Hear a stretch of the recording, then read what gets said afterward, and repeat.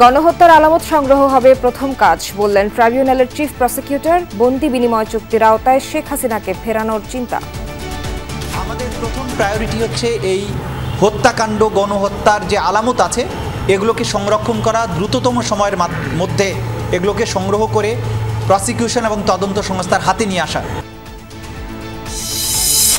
1 মাস পূর্ণ করল অন্তর্বর্তী সরকার, এখনই মূল্যায়নের সময় হয়নি অভিমত বিশ্লেষকদের। দ্রুত কাঙ্ক্ষিত রাষ্ট্র সংস্কারের রূপরেখা দেওয়ার পরামর্শ। আগেও যেটা হয়েছে, অপরাধীরা পার পেয়ে যায়, নিরীহরা এটার হয়, শিকার হয়।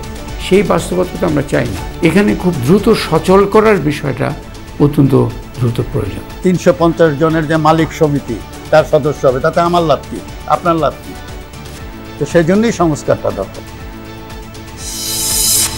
বিভাগীয় ও জেলা পর্যায়ে মতবিনিময় সভা, বৈষম্য বিরোধী ছাত্র আন্দোলনের হাসনাত সার্জিসরা দেখা করছেন হতাহতদের পরিবারের সাথে। ঢাকার শীর্ষ সন্ত্রাসীরা মুক্তি পাওয়ায় উদ্বেগ, আইন শৃঙ্খলা পরিস্থিতি অবনতির শঙ্কা, নিয়ম মেনেই ছাড়া পাচ্ছে আসামিরা, দাবি কারা কর্তৃপক্ষের। সার্বজনীন পেনশন কার্যক্রমের অনিশ্চয়তা, নতুন উদ্যমে এগিয়ে যেতে প্রয়োজন নির্দেশনা, পুনর্বিবেচনার পরামর্শ।